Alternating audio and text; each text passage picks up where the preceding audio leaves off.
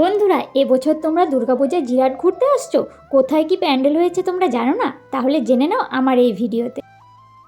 আমি রেডি হয়ে বেরিয়ে গেছি। দেখতে পাচ্ছ আজকের পরিবেশটা কত সুন্দর, আকাশটা কত সুন্দর লাগছে। আমি টোটোতে করে চলে যাচ্ছি আমার নিয়ারেস্ট স্টেশন। আমি স্টেশনে পৌঁছে গেছি। দেখতেই পাচ্ছ ট্রেনের জন্য অপেক্ষা করছি। তোমরা যারা জিরাট পুজো ঘুরতে যাবে তারা হাওড়া কাটোয়া লোকাল ট্রেনে করে জিরাট স্টেশনে নামবে। দেখতে পাচ্ছ বন্ধুরা, আমি পৌঁছে গেছি জিরাট স্টেশনে।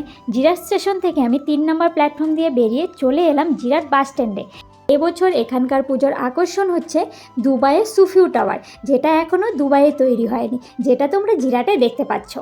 এবার দেখতে চলে গেলাম চীনের বৌদ্ধ মন্দির, যেটি হচ্ছে জিরাট বুদ্ধ পার্কে। এখনও এই প্যান্ডেলের কাজ অনেকটাই বাকি রয়েছে, আশা রাখছি তাড়াতাড়ি হয়ে যাবে।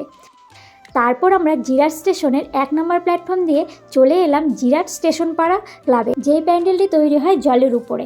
এবারে এখানকার আকর্ষণ রয়েছে দিল্লির লোটাস টেম্পল।